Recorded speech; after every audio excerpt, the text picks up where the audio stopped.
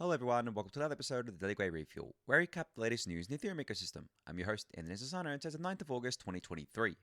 Alright everyone, let's get into it. So apologies for missing yesterday's episode everyone. I'm sure you saw on Twitter it was my 13-year anniversary with my fiance, so obviously spent time with her and just didn't have enough time to do a refuel. But I'm back today with a longer than usual episode because a lot has happened actually in the last couple of days and there's a lot to get through. But firstly here, I just wanted to give a shout out to UpsideDAO, which is a co-working space slash kind of I guess you could call it funding initiative for early stage projects that is based right here in Melbourne where I live. I actually went there today. You can see here in this photo, I was given a warm welcome by having these memes of me up on the on the screens here.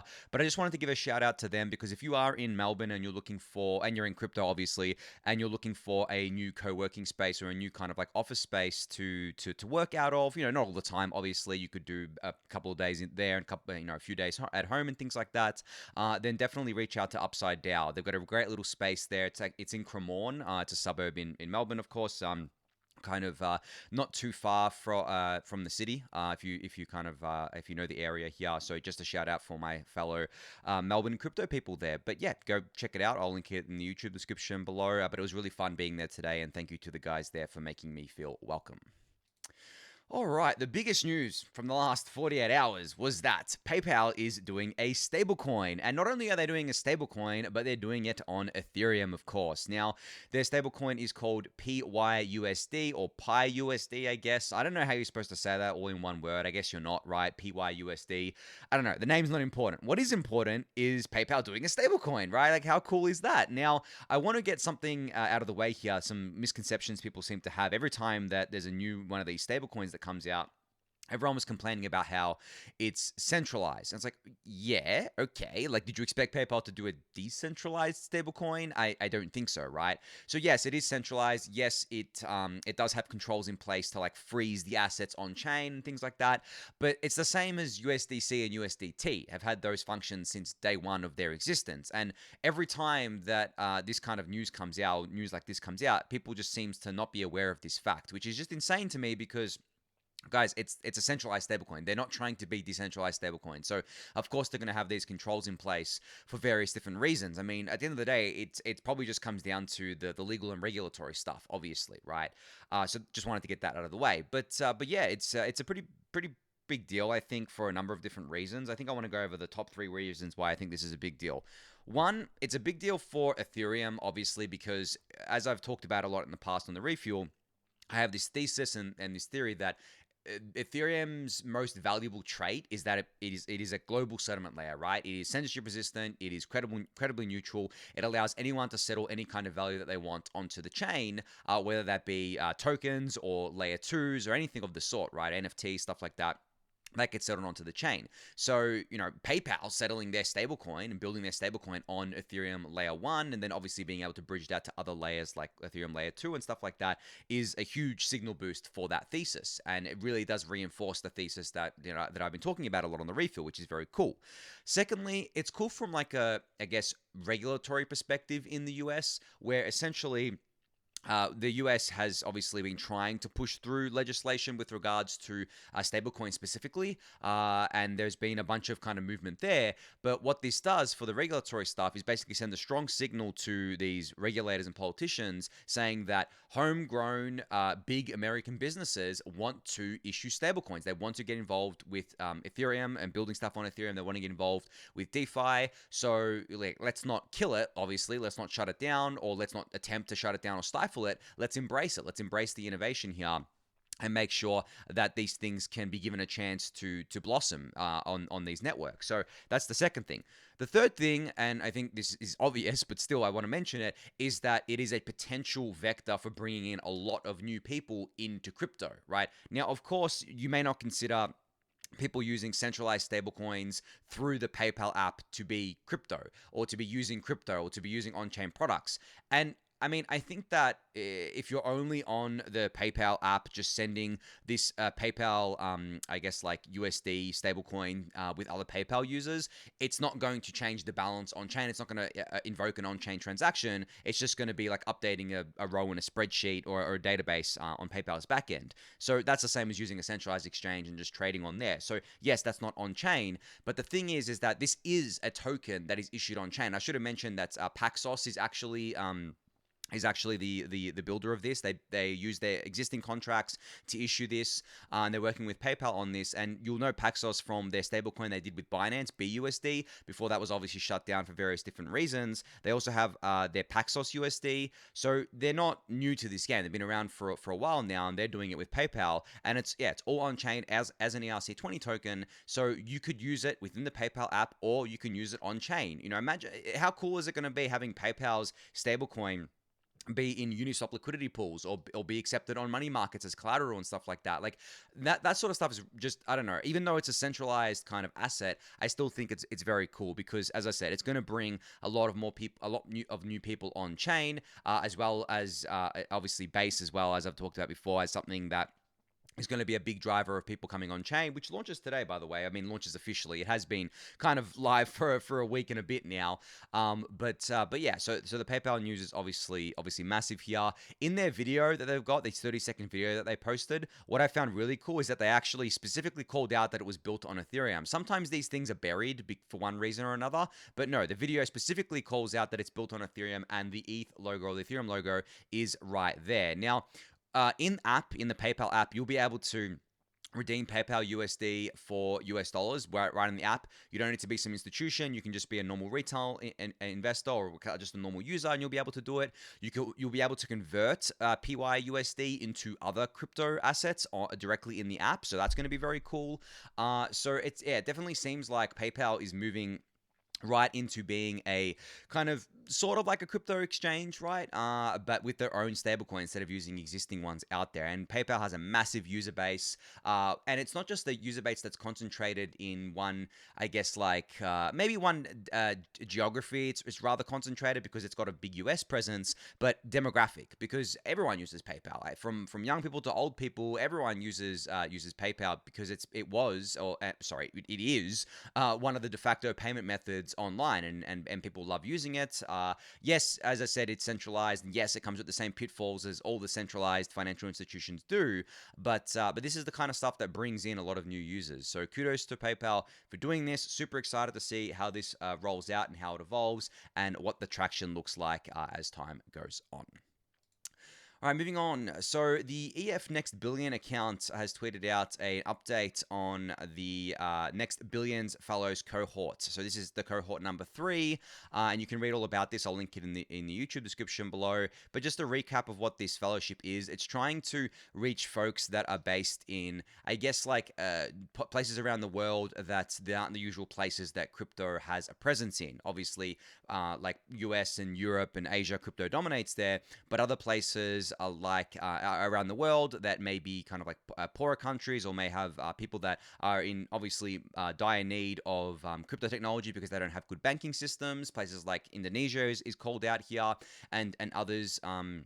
You can read the list. I'll link it in the YouTube description below. That's what they're trying to do here with these initiatives. So yeah, I just wanted to shout this out. You can go check this out for yourself. There's full details here for you to do so. All right, an interesting tweet from the Protocol Guild here. Now, I'm not only highlighting this because it's shouting me out. I'm not that vain, but the tweet says, you know, with my RPL donation that I made a few days ago of 1,238 RPL, I joined the leaderboard. I'm in the top 10 leaderboard of people that had been, or people or entities that have donated to the Protocol Guild. So the reason why I wanted to just highlight this quickly is because this is a Dune Analytics dashboard that you can go check out. I think I've showcased it on the Refuel before, but you can go check this out. But what I really like about this is that it shows the initial value, and then it shows the current value of the donation, because a lot of these donations are actually made in the token. So for example, the Arbitrum community, the donation was made in the ARB token. It was done when the ARB token was issued. I remember covering that on the Refuel. LidoDAO is LDO.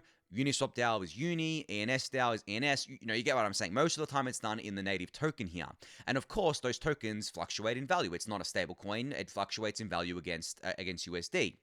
So you can see here on the actual kind of dashboard, an up-to-date view of this. So essentially, it makes me look pretty bad here because everything I've donated to the protocol guild has been RPL, and the RPL token has gone down a fair bit recently. So the initial value was $132,000. Now it's only $91,000. But it works both ways. If RPL goes back up again, then obviously that will look better, and that will get better over time. And look a lot healthier here. But I was just humbled to be in the top 10 here. I like this leaderboard. I like this dashboard as well because it encourages people to kind of compete with each other, I guess. But yeah, it's crazy the amount of money that some of these kind of DAOs have given, though. And it makes sense that a DAO would give a lot of money. Obviously, if it's their own token that they've just kind of like issued. Arbitrum is leading here. They have given $3.5 million worth of ARB to the Protocol Guild. Lido in second place at 2.8 million, Uniswap DAO 2.7 million, ENS DAO almost 2 million, and then so on and so forth there. So yeah, I'm in good company, I think, in this list here. But you can go check out that dashboard for yourself. I'll link it in the YouTube description below for you to do so.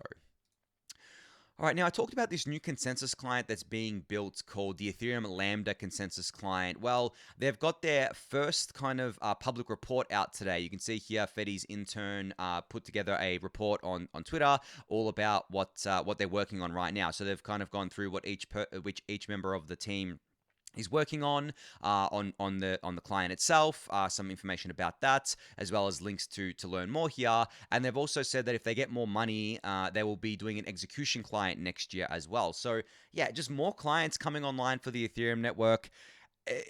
Sometimes I think that is there a diminishing returns here to client diversity? Obviously, we have a lot of clients right now, but does adding another client add more, I guess, diverse? Does it obviously adds more diversity, but does it add more security to the network? It doesn't make the network better overall, and I actually think it does, because what it does on a number of different fronts is that by creating another client, it gets more people familiar with the code base of Ethereum generally, right? So it makes it so that it's not just like a small group of people that know how it all works under the hood, but a lot more people understand how it works under the hood. It decentralizes out the development of the protocol a lot more, and especially if people are doing it as a kind of initiative that they've just started organically, it's obviously very important from that perspective. So I don't think that there's probably a little bit of diminishing returns, but it's not great. It's not great enough to not continue doing stuff like this. So I am definitely paying close attention to what the Ethereum Lambda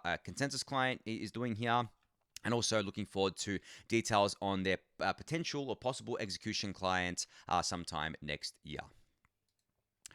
All right, speaking of running clients and staking and all that good stuff there, the Ethereum on ARM Twitter account tweeted out that there is a new kit on the block. So the NanoPC TC6, which is a new device very similar to the Rock 5B and Orange Pi 5 Plus.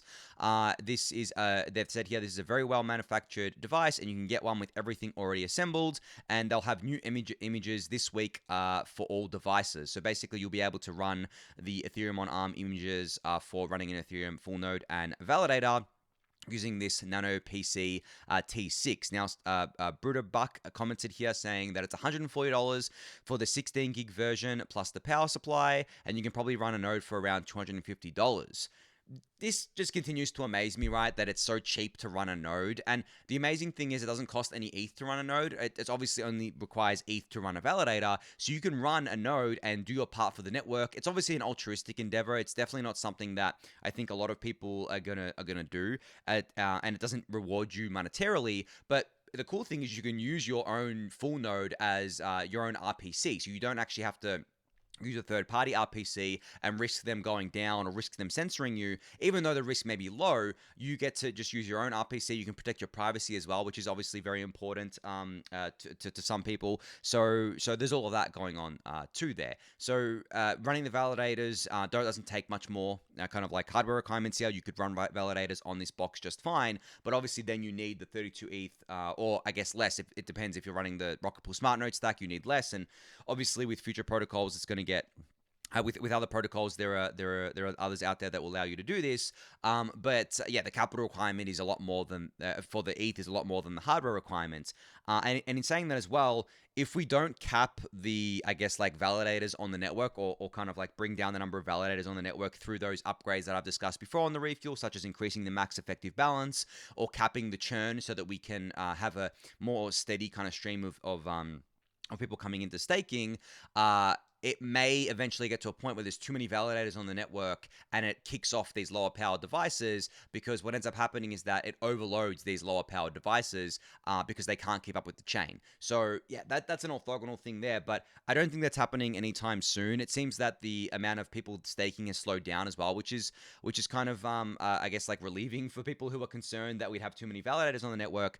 But really, it's not a huge issue in my eyes. As I've mentioned before, with Denkun hopefully going live in November, I think I don't know if it's been included yet. I think it's still being discussed, but limiting that churn limit so that I think they want to cap it at only 12 validators per epoch being able to get into the network, and then having the more longer term solution be increasing that max effective balance per validator so that people can consolidate their stake. So for example, if you're running 10, 20 validators right now, if there is or even more than that, right? Whatever number it is, I'm just picking a number off the top of my head, but if you're running multiple validators, by increasing the max effective balance to say 2048 ETH, which was on the original proposal, you can collapse all those validators into one, and that takes load off the network. And I think the math was done that essentially, if everyone did this, you could basically cut the amount of validators on the network by down to basically at least a quarter of what it is now. So instead of having 700,000 validators, you would have like less than 200,000, which would take loads off the network. It would be a lot better for bandwidth usage as well, because validators use a lot of bandwidth, and it would still give the same security. It wouldn't compromise on security at all. But the concerns around that are, of course, people consolidating validators, meaning that they have less redundancy, or maybe they don't, they don't have enough security for their own validators, not for the network, but for their own validators. And it could potentially lead to a slight increase in the risk of things being compromised at mass and slashing and stuff like that. I don't know. I've discussed it before. I don't think that's a huge kind of deal. I think that with technology like distributed validator technology, or DVT, that alleviates a lot of those issues. And with the players getting more sophisticated with how they secure their setups, alleviates a lot of issues as well. So yeah, really, I'm not too concerned there. But yeah, you can go check out the NanoPC TC6. You can just Google it, I guess, and maybe you want to buy it and run an Ethereum full node on that. As I said, very, very cheap. Seems to be around $250 right now to run a full node on this device.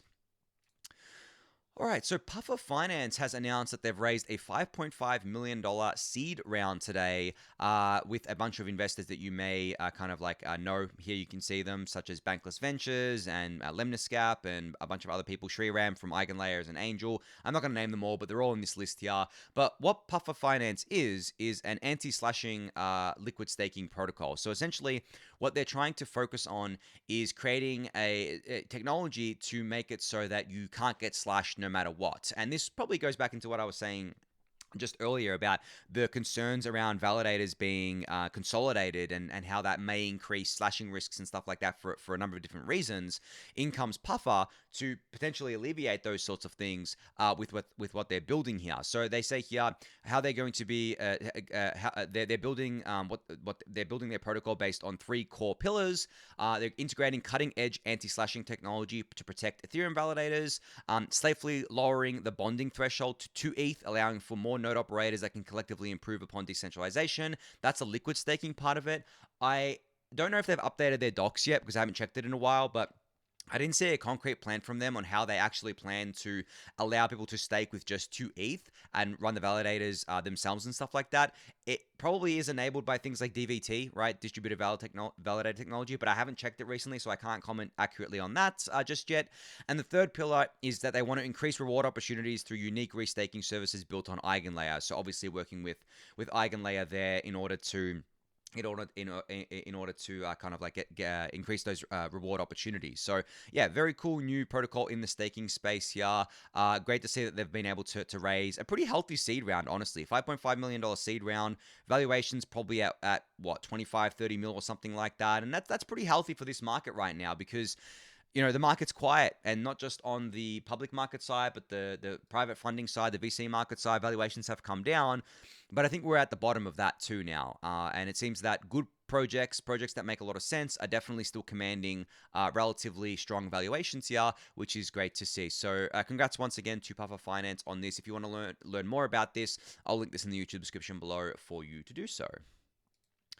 All right, Octant, the app, or I guess like the staking kind of initiative that I've been talking about recently on the Refuel, that has been built by the Golem Foundation, is ready for takeoff. So they've launched their app today, a platform for experiments in decentralized governance that reward active participation with ETH. So just to recap here, Octant has been funded with 100,000 ETH from the Golem Foundation and is operating 3,125 validators on the Ethereum network, and a specific portion of the staking rewards will flow into the reward pool for a steady budget for experimentation. So if you want to take part in Octant and want to take part in this experiment, you need a minimum of 100 GLM tokens, so they're Golem network tokens here, with Octant for a 90-day epoch period, and the more GLM you lock, the greater your rewards and voting power will be. And the whole point is basically to reward people for participating in this new initiative, to vote and to kind of have a say in where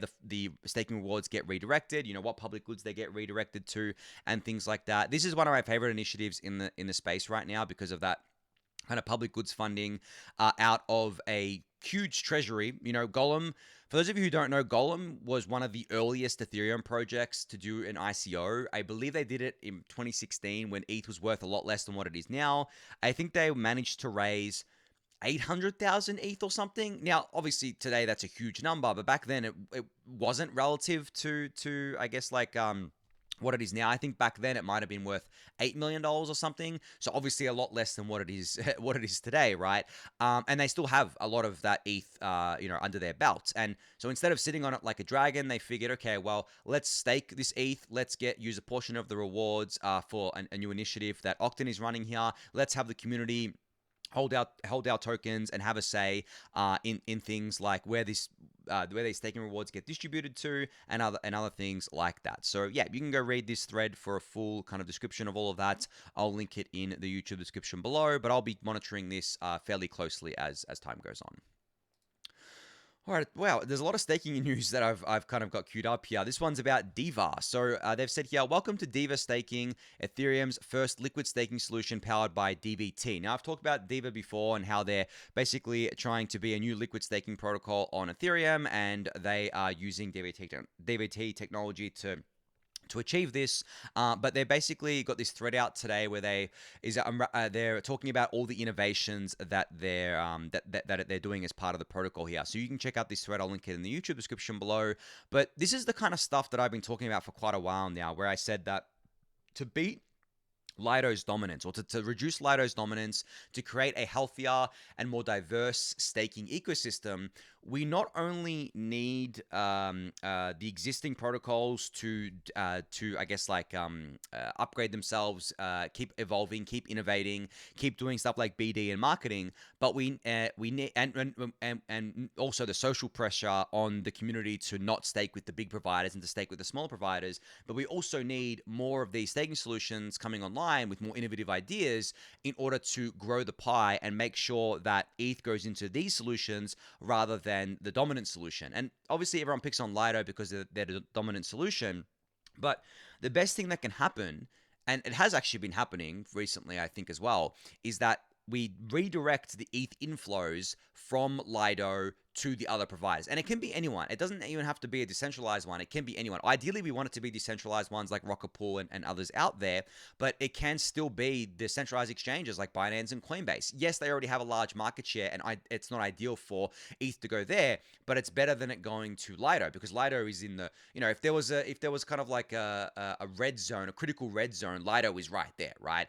Whereas Binance and Coinbase are in the yellow zone, I would say, and then something like Rocket Pool is in the green zone. But we want to kind of divert the stake away from Lido.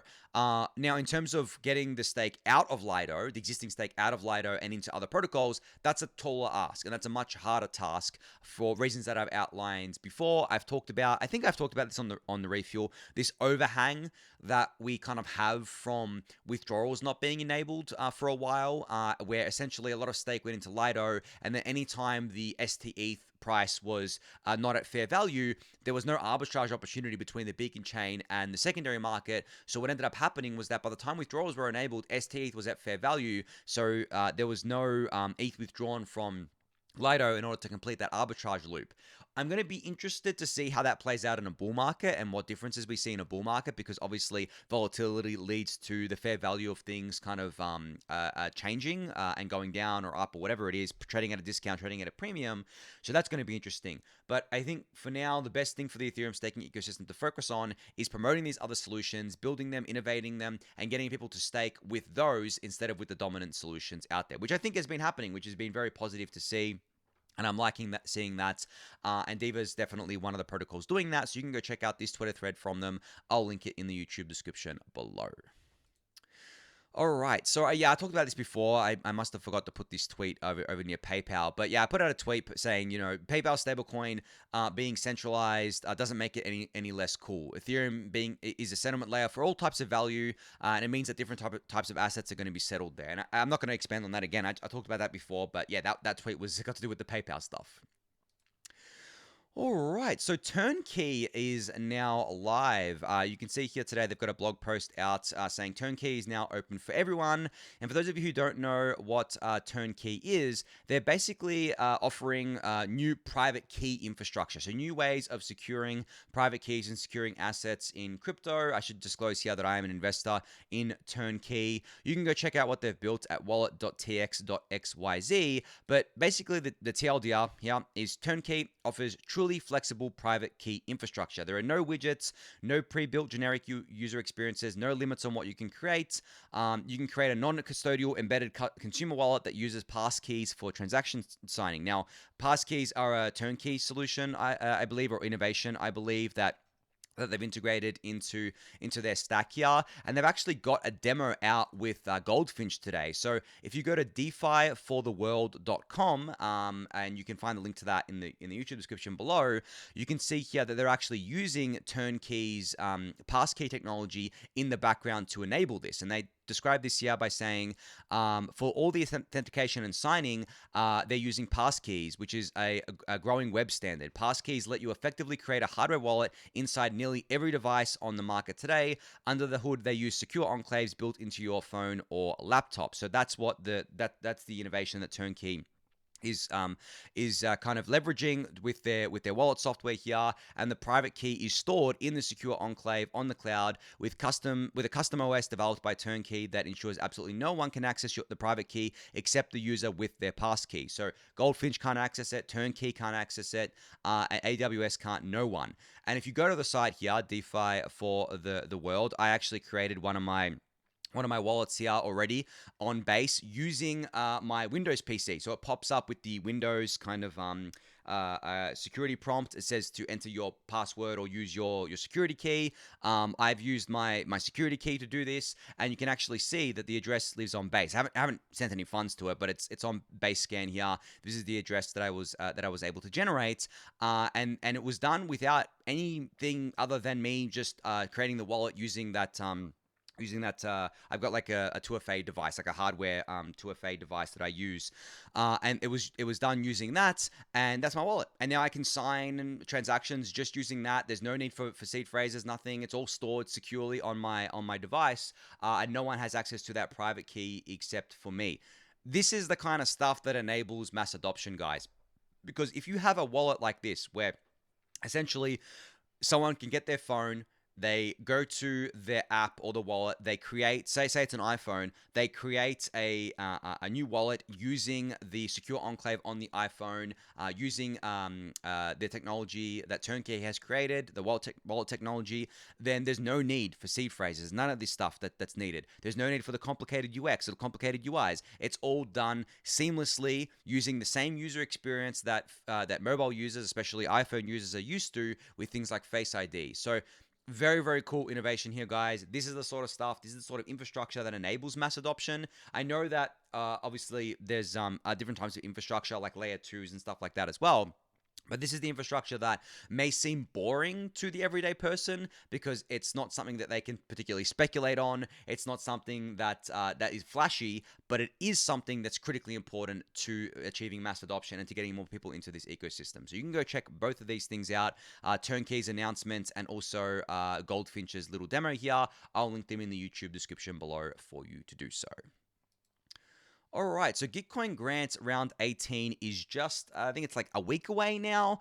So the TLDR is that there's $1 million matching funds for the core rounds. There's going to be 4 core rounds, community-led featured rounds, and applications are open until the 15th with the early bird deadline of the 11th here as well. So if you're interested in, I guess, like applying and having a grant on Gitcoin Grants Round 18, you can visit this link, which I'll link in the YouTube description below, of course, for you to do so there. But yeah, not long now, so get your, I guess, like wallets ready. I know a lot of us probably don't have much spare fiat lying around because we've bought ETH with it. You know, we're trying to buy the dips and stack some Gwei, but you can obviously donate with ETH and other tokens as well. You don't have to just donate with stablecoins there. So yeah, I mean, these grants rounds are always really awesome to get involved with because you're funding public goods, you're funding things that indirectly benefit, I guess, like the value of ETH. They benefit the Ethereum network. They benefit everything building on top of the Ethereum network.